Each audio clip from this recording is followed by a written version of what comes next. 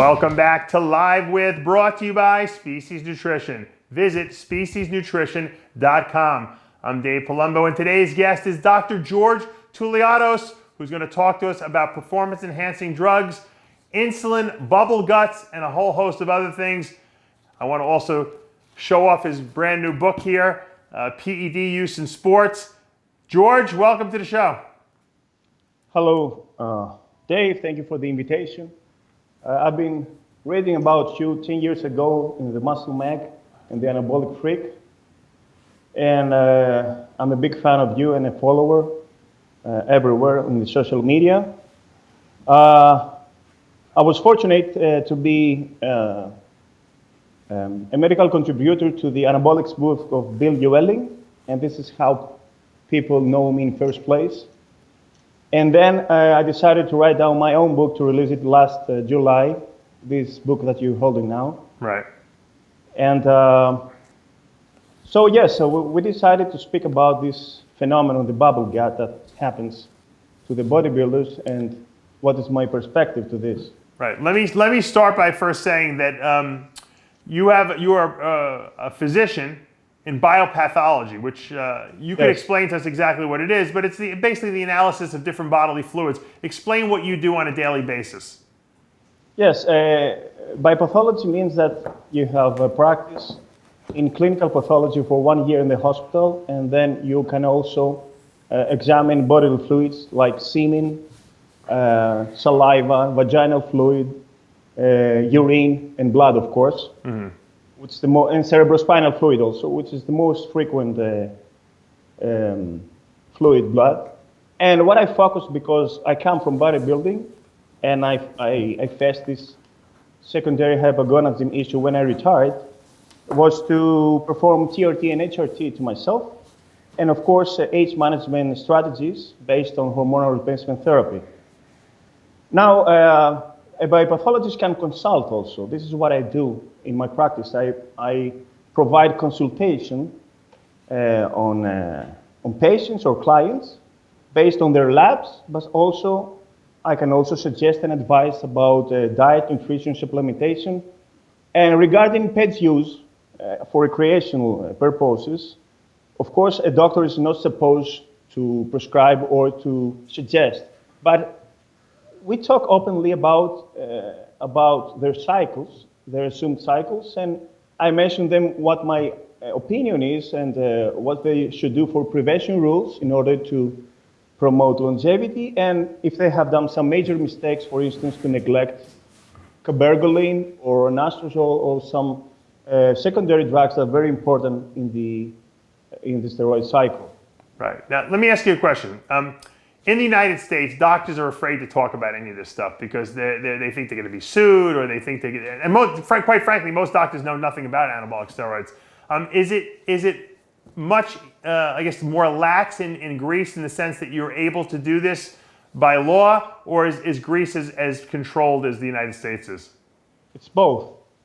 And the law is very loose in Greece. Mm-hmm. And basically you can get anything from the drugstore apart from decadurabolin, that it's accordingly to the pharmacists. Some give it and some they don't. It's like Mexico when you went to Tijuana. Right. That's fun. Yeah. And now about, there is a social stigma still, okay? And there's prejudice, and people, the medical society is kind of suspicious, and they basically tell you stop them, quit them, and the usual thing. And but I have to tell you that knowledge comes from America, from the United States to the East. So there are some doctors that are able to advise and suggest and talk about them openly under scientific rules, that they consult also Libyans, okay? I mean, all these elite athletes, they should have their physicians. Therefore, I assume, and I believe, there are some few, perhaps in single digital number, there are some doctors that can speak up about this privately, of course, and consult all these elite pro athletes. Right. So this is something that can be done in Greece, and You can go into a pharmacy, like you said, in certain areas of Greece, and you can pretty much buy what you want. What steroids are available in Greece, that are made there and are legally? At the moment, there are 3 steroids. It's testosterone in different esters. It's libido, it's testosterone enanthate also. Libido is the andicarnate, the long ester. Right. And also, we used to have the andriol or restadol. Right. That is the oral. And we also have testament and stram in gel, in transdermal apply. Right. We also have proviron, sterolon, and we have clenbuterol in liquid form. Okay. We have the thyroid hormones, Right. and we have the 3 aromatase inhibitors. We have the SERMs. But 15 years ago, we used to have primobolan. Oh, you don't have that anymore, huh? Yeah. And 20 years ago, we used to have also winstrol and halotestin and anadrol. So Wow. the late 90s were the paradise of steroids. Well, I remember I had friends, I was competing back then. I had friends that were flying over to Greece and they were buying a ton of stuff and they were mailing it back. They used to do some vacation in Mykonos, for instance. That's right. some guest posing, and then afterwards they went to all the drugstores and collect anything. The point is how we're able to import them to the United States. Yeah. Now let me ask you a question. Since you are an expert in bodily fluids, when Rich Piana died last year, and I don't know if you read the autopsy report. The autopsy report was inconclusive. I mean, did that sound like a complete, fuck up what that pathologist did there? It seemed like they didn't know what the hell they were doing. They had no cause of death. They lost the samples. I mean, that's something that you do. You're an expert in this. How do you look at that autopsy? I believe there were also other recreational drugs that were not mentioned for obvious reasons. No, but the state of Florida releases autopsy reports. They're not private. So we all saw the autopsy report. I'm sure you saw it too. Yeah, that was the official autopsy. Yeah. What about this thing, the glutamine powder? Do you sniff this thing? Yeah. There was glutamine powder on the table, and his fiancée assumed that Rich Piana sniffs glutamine. I mean, I don't know if this works.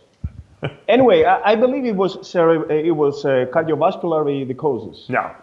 There was a stroke. He passed out, and then he was hospitalized, and obviously his heart couldn't make it.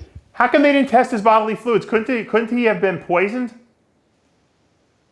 Yes, the autopsy didn't have the extensive. They did nothing. Analyzer. No, they did nothing. It seems like to me, I smell foul, foul play. I've done it right since the beginning. In that case, Dave, what I'm thinking is there were narcotics involved and they messed it up for obvious reasons. Yeah, but why? Why wouldn't that be in the autopsy? Because it's a felony. It's a felony, isn't it? Yeah, but it doesn't matter. The guy's dead. Why wouldn't it be in the autopsy report that the guy was? They said there was no narcotics there, or they couldn't find any, or they lost the samples, or whatever. Yeah. What if the investigation then goes to the relatives? Yeah, I don't know. I don't think so. And who provided these things? Okay. Well, he passed out in the house. They got him. You think they would have taken samples? So according to them, all the basic tests came back negative. You think they would have tested? Let me ask you this question. This is what you do for a living. If you get a case of a very well-known person coming in, a basic narc screen comes back negative, what do you test for next? What are some of the things that people can use to poison people? Do you know? I mean, what do you... Like, what would you look for in an autopsy report if you had to take bodily samples from someone who just died? What would you run the screenings for on them? You can try for opiates that suppress down the respiratory center. Right. Also stimulants, amphetamines. Right. But what about like the stuff that you wouldn't suspect, like rat poison or arsenic or stuff like that? Can you test for those things? Oh, arsenic, yes. Yeah. Yes. This is too extreme. I mean, I can't think about it. I can't figure out about it. Do you guys run that routinely on people who die young? Yeah, toxicologic examination is obligatory, is a must in somebody who dies to verify if there is alcohol or narcotics or any kind of substance. Right. Yeah, it just seems weird that they didn't do that. But all right, let's get on with the subject. The subject I want to talk about is these bubble guts in bodybuilding that we're seeing. And I got to give Louis Marco, that's his term, not my term, but People are coming, we're seeing a lot more of the distended abdomens. I believe a lot of it's due to excessive muscle growth around the abdominal area, combined with growth hormone and insulin usage, which makes those organs, not even the organs, but the muscles themselves swell too. Number one, what do you think is causing it? Number two, how can we make it better? Okay, the bubble gut phenomenon is a multifactorial thing. Several different factors contribute to that.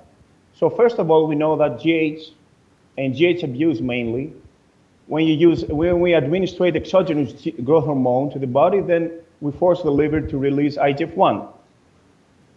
So in cases that we administrate over than 8 IUs of GH, then it's released more of IGF-1. This is why they speculate that abuse of growth hormone in doses is more risky for cancer because it's related to IGF-1 release. So all the viscera and all the organs have receptors for insulin growth factor or somatomedin hormone peptide. So growth hormone basically enlarges all the organs, and this is the so-called hyperplasia. Hyperplastic phenomenon means cellular division, apart the two tissues that are enclosed in closed cavities in brain and eyeballs. Now, this is described in Bill Llewellyn's book, and you also support that hyperplastic phenomena occur also in skeletal striated muscle. However, Patrick Arnold denies that, and he supported that after the closure of the epiphyseal bones after the age of 18, when we have adults, muscular hyperplasia does not occur in just hypertrophic results. Anyway, about now the viscera, number one, growth hormone and IGF-1, either growth hormone administrator or straightly administration of IGF-1 leads to this visceral enlargement. Now, when this is combined with insulin, and imagine that insulin came to the game after the 90s, after Dorian. Lee Haney had this vacuum and V-tapper because he was not using insulin yet. Synthetic insulin was used after the 90s. Now, Lee Haney and Arnold and all these guys were using just growth hormone, and perhaps in smaller doses. Now, when you don't use insulin, you don't have this omental fat, the visceral fat. Omentum is a layer of fat that covers all the viscera and provides vascular supply and neural supply. Now, insulin, we know that it induces fat storage and lipogenesis, and this is something that happens also inside the, not just subcutaneously, okay? So this visceral fat also induces insulin resistance. So why bodybuilders combine insulin with GH? Because apparently GH leads to diabetes and hyperglycemia, and we have to compensate this elevated blood sugar with the use of insulin. Now, in case we're not using insulin or we use small doses of growth hormone, we don't have this extensive and this protrusion of the omental fat. And omental fat, of course, is something that can burn out with fasting, okay? So therefore, this visceral fat can be reversed and burned down, but it has nothing to do with the subcutaneous fat. You can be 3% body fat and very lean and shredded, but you may have visceral fat because of insulin use. Now, you can substitute insulin with metformin in order to avoid the insulin resistance. And this is something I mentioned when Rich Piana and Michael Hearn, they have a common video where Michael Hearn was posing and Rich told him, apparently you're using 365 a year GH because you're lean all year round. And what is your secret? And they were fooling around with people. And what I wrote down in this video on YouTube was that it seems that Michael Hearn does not use insulin, but he used metformin along with growth hormone and perhaps alpha lipoic acid, chromic picolinate, and vanadyl sulfate in order to make this insulin sensitivity better. Now, another factor that is neglected also, and I know... You know what, Dr. George, Mike O'Hearn would say Mike says he's natural, so he says he doesn't use any drugs. Are you saying he's lying? Oh, obviously, Mike is not, but you know why Mike supports this opinion? Because he has contracts with thousands of dollars with companies, and he's not supposed and he's not allowed to speak about these banned substances. Right. You know, this is what Marcus Rule told me in his seminar in Athens. We're not supposed to talk about that. A lot of people do though. You know, it's interesting, but you know, a lot of people don't like to use metformin or glucophage because it lowers mTOR. It lowers mTOR. It lowers IGF-1 release too. They think that's how it exerts its anti-cancer and effects. mTOR also, but you can use berberine instead. Yeah. Okay, and and also cut all the sugars and eat more fiber and more complex carbs. Absolutely, absolutely. Now, so another important thing I want to say: when I was a fitness competitor in 2000, I was not using back then neither growth hormone or insulin, but I was using big time the Zambon Winstrol pills. Right. Yeah. So I noticed while I was close to the contest, I was posing that I had this kind of protrusion. I said, "What the heck is going on? It's like an insulin gut here." So what happens, and what Samir Benut told me in 2009 on the phone was this: 17 alkylated hepatotoxic pills basically disrupt and mess up the intestinal flora. So you have to use Lactobacillus acidophilus, and also that means the probiotic enzymes, and also Candida albicans. Because all these bacteria that play a role in digestion, they're messed up, and obviously you cannot proceed and digest food in the large intestine and in the colon. A better solution would be just don't use orals. That's what I tell people. No orals. Yeah, but listen, 2 weeks before the show, you cut all the injections and you I don't. I don't. And one common friend of ours had this kind of thing. I told him that Me3, methyltrianolone, screws up all the intestinal flora. Yeah. Now, another thing that is practical is that beneath the muscles, the rectus abdominis and the external oblique, there is a tube-like layer, the transversus abdominis, that covers like a tube all the vacuum here from the thoracic cavity down to the pelvis. Right. So this muscle basically holds and keeps the abdominal walls tight. Now, if you increase the pressure in the lower abdomen, in the pelvic cavity, with squats, free squats, lunges, leg presses, then you explode this kind of muscle, okay, and you increase so much the tension into the abdominal cavity, and you basically break down this transversus abdominis muscle and becomes looser. So this is why they cannot control their relaxed pose, and they have this, the belly protrudes during the relaxed or the backstage. I agree with you. It's like almost like a woman who becomes pregnant. It stretches out the transverse abdominis muscle. I know I did it to myself. I'm convinced that's what my problem was, because I would have to eat so much food in the off season that my stomach would be blown out just from all the food I'm eating, and I think it stretched out. And then you train on top of that, it stretches that musculature out, especially as you get older, right? And I read in Arnold's biography that Joe Weider told him to do breathing exercises every day, holding his breath and doing this vacuum for 30 seconds and look up. And in this way, you stimulate the transverse abdominal muscle, okay? And Ronnie Coleman ensured that also that he did it, and his waistline was much improved during his career. Now, another reason, Dave, is that bodybuilders, of course, consume a large amount of food, okay? And stomach is a muscle also, it has muscle layers. Right. That also becomes bigger, larger, okay? So there I suggest we eat frequent meals in every 1 hour, okay, in smaller quantities. Right. And of course, if you do fasting, then all the viscera and the muscle and this is what also some dietologists claim, that all the tissues become shrink. They get shrink if you do fasting and you eat 1,000 calories, 1,500 calories a day, then all the tissues will get shrunk, okay? I agree with that. George, I agree with that. You know why? Because as I lost weight, I progressively lost weight. Yes. I did like an experiment. I literally, slowly but surely had almost like a 5-6 year plan. I just slowly lost weight.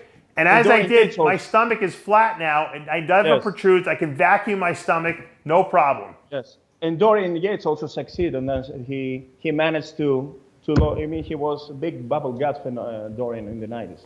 Right, but it also has a lot to do with how much muscle you got too, you know what I mean? Yes, the rectus abdominis and the external oblique also make the midsection wider, Right. Now, another thing is that bodybuilders consume, of course, a large amount of animal protein. When protein is not accompanied with fiber, it becomes undigested in colon. Right. And it brings gases, and gases based on nitrogen. Okay, so you need to eat more fiber in order to proceed this digestion process and the peristaltic movement of colon, of large intestine. That's why I'm a big advocate, of my Fiberlyze product. That's what I made it for, because these bodybuilders don't take enough fiber, and they'll do supplements. Supplements are way easier, Yes. Another thing that was about the bubble. So what do you think about insulin? People are taking 20, 30, 40, 50, 60, 80 units of fast-acting insulin a day. Will that increase the size of the midsection? Yeah, I mean, accordingly to the metal fat accumulation theory, yes, it will induce lipogenesis, fat storage. Let me just explain to people in case they're not following.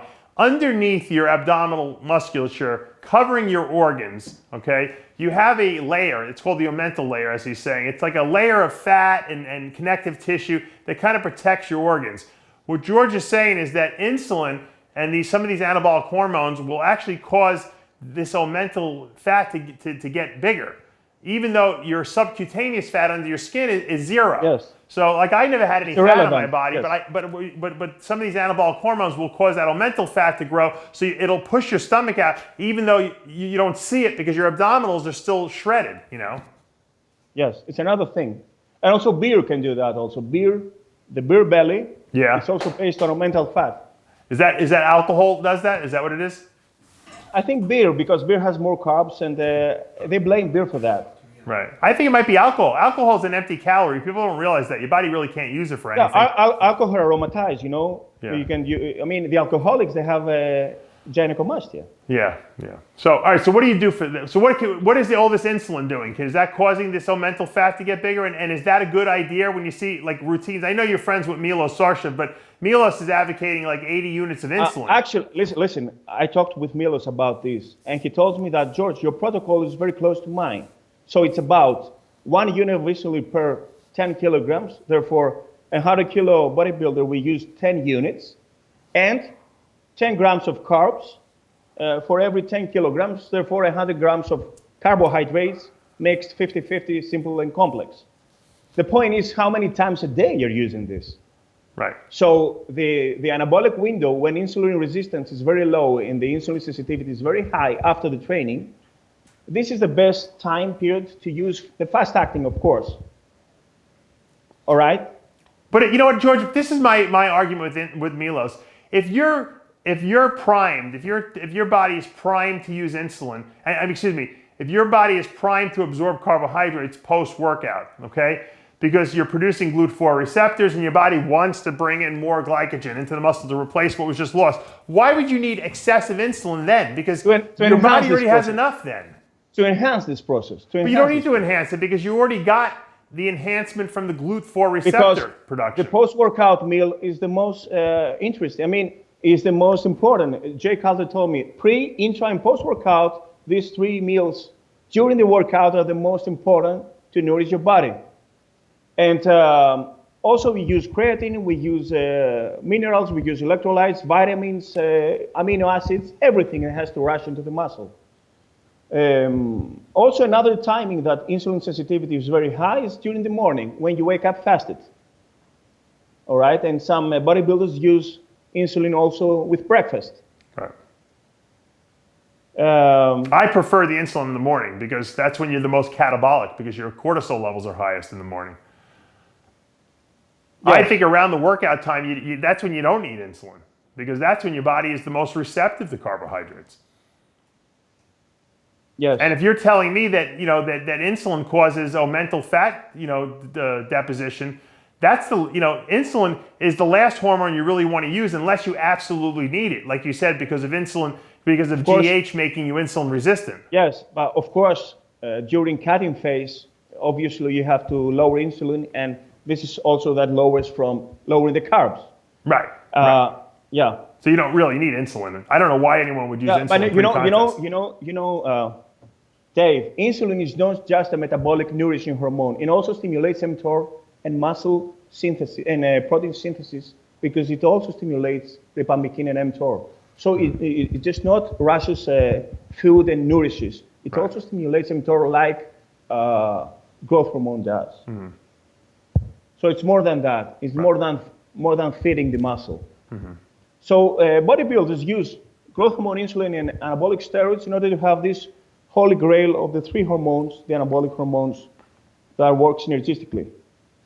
Well, what do you think, George, about this phenomenon of bodybuilders running high blood sugars? I've been doing kind of an impromptu study the last year. All my athletes, and I work with a lot of athletes, probably a couple hundred a year, and I have been making them all test their blood sugars, getting these little blood glucose monitors, and they're testing their fasting blood sugars, their 2-hour post-meal, and I'm noticing a lot of high fasting blood sugars, over 100. Why? Because it's GH induced. What? And apparently they are not using insulin in order to compensate the high blood sugar. Yeah, but some of these guys are using the fast-acting insulins and they're still getting high morning blood sugars because GH makes you insulin resistant 24 hours a day. And I'm finding with these people, if they want to stay on GH and not come off of it, they almost need to take a long-acting insulin like Lantus. But the long-acting insulin, Dave, is kind of risky in case you go to sleep or you go to drive or you force yourself with a leg workout at the gym and you run out of carbs. And then what happens? Yeah, but there was a guy who was driving his car and he fainted inside his car and they couldn't pull him out. No, the long-acting insulin is kind of risky because you're not ready when it's going to work efficient, and crash your sugar. I don't agree with that because I don't think that the long-acting insulins hit you that way, like a Humulin R would or a Humalog would. They don't hit you hard. It's a very slow trickle. Really, what long-acting insulins are designed to do is address gluconeogenesis in the body. They're not meant to lower blood sugars from meals. So the body obviously is always producing glucose from the liver via gluconeogenesis. That's what the long-acting basal insulins take care of. So you could take a shot of insulin, of Lantus insulin before you go to bed and not eat anything. And you're not going to go low by the morning because all the Lantus is taken care of is the gluconeogenesis that's going on while you're sleeping at night. And that seems to be the first stage of insulin resistance we see in bodybuilding, at least that I see. It's these high fasting blood sugars. Their 2-hour postprandial blood sugars are normal, but they're waking up with 115, 120, and that's just not good. You know that's going to lead to side effects. They also measure the blood sugar in order to know that when growth hormone is injected, you have to be in a low fat state. Because it works better when your blood sugar is low. Why though? Why do you say that? Why? Because when it's high and you have insulin, when carbs are involved, then it hinders the effect. So the best time for GH use is to be fasting in the morning and for 30 minutes don't eat anything. But why? Because the half-life of IGF-1 is 20 minutes and it has to work efficiently. And afterwards you have to eat something. Insulin comes out and then they're not messed up together, Right, but people take insulin and GH. I would agree with Not that. Together.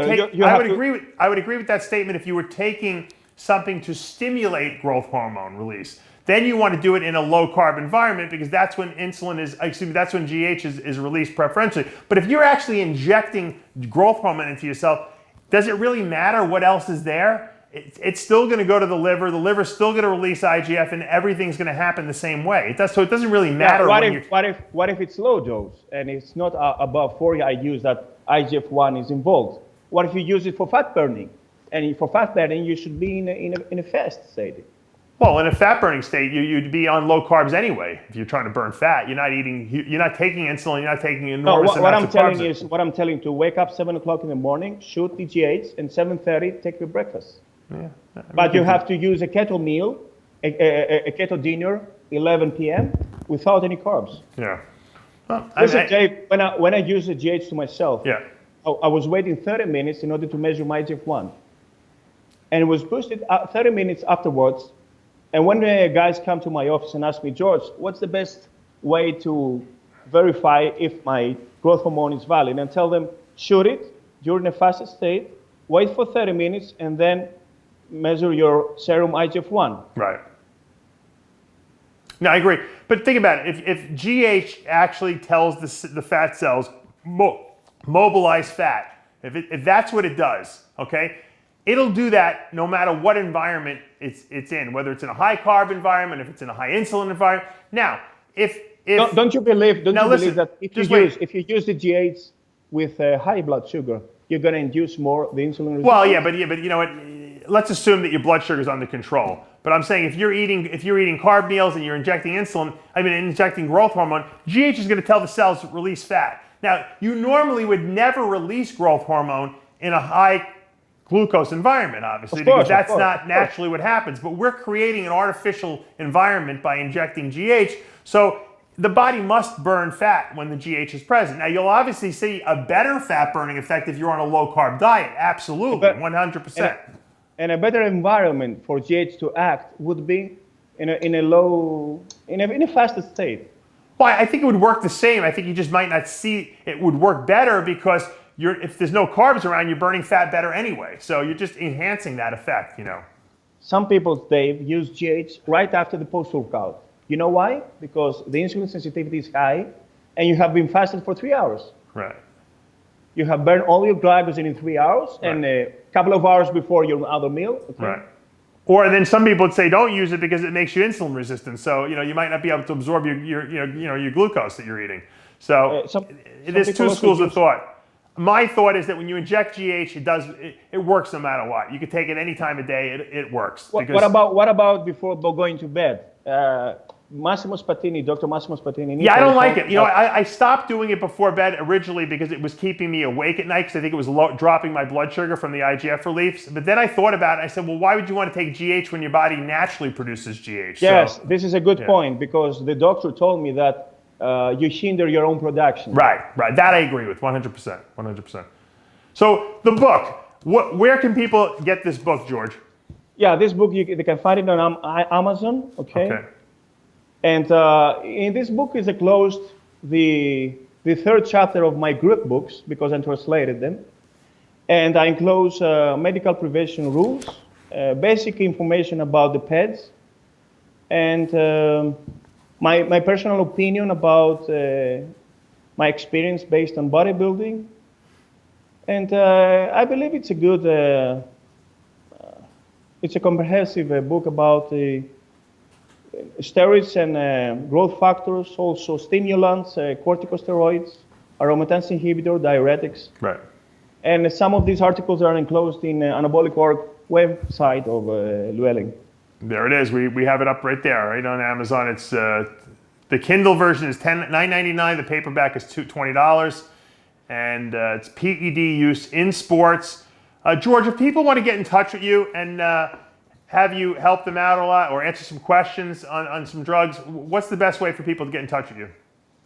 Yeah, they can find me on Facebook, Instagram, or on Twitter, on LinkedIn. But also my website is www.gtool.com.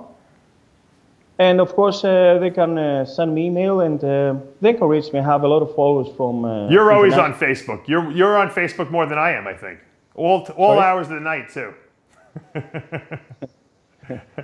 We're always talking. You must send me. You send me stuff on Facebook all day long, right? When I send you, you sleep, and we have the time difference, time zone. I'm always awake. I'm always awake, George. It doesn't matter. It seems like I get things from you all hours of the day, night, because I'm up till 4 in the morning sometimes, because I don't work till my kids go to sleep, and then I try to work during the day. So you are like me. You're a workaholic. Wouldn't you say that? Yes. You definitely are a workaholic. Well, I want to thank you for coming on. We had some hot debates, and we talked about some very good subjects, and I think you shed some really interesting light on what's causing the bubble gut phenomenon in bodybuilding. And I think that if people could take some of this advice that we gave them today, we might find a way to I guess you could say, get rid of it. Now, I do notice, and once again, one of the things that you said that is 100% true is it is 100% reversible. So I agree with you. I agree with what you said. I don't think it has to do with organ growth as much as it has to do with that omental fat growth in there. Yeah, but even the organ growth can reverse if you drop 20 pounds or 50 pounds, okay? Because all the tissues and strings, including the heart, A heart surgeon told me that, George, if you lose 10 kilograms, your heart as an organ will become smaller. It's another thing, the ventricular hypertrophy, but the organomegaly, it's also caloric induced and the enlargement, you know? It makes sense, George, doesn't it? Because if you're bigger and you have like 100 pounds more muscle, you need bigger organs to supply these muscles with blood, with detoxification, with digestion. That's why when people say to me, oh, you can only digest 30 grams of protein a meal, I'm like, bullshit, because yeah, if you're a 100-pound woman maybe, but if you're a 300-pound bodybuilder with bigger organs, you can certainly absorb more protein than 30 grams per meal. And quite often it's accompanied with umbilical hernia, the bubble gut. Yeah, yeah. In linea alba here, in the rectus abdominis, we have weak abdominal walls, and then the gut goes through there, and it has to be surgically fixed. Yeah, Phil Heath just had that done, right? Yes. So, all right, well, great information. If you want to contact George, feel free. If you want to pick up his book, it's on Amazon.com. Thank you so much for taking some time out of your busy day and coming on the show. All right, and that is going to take us to the end of another episode of Live With, brought to you by Species Nutrition. Visit speciesnutrition.com. I'm Dave Palumbo. We'll see you next time.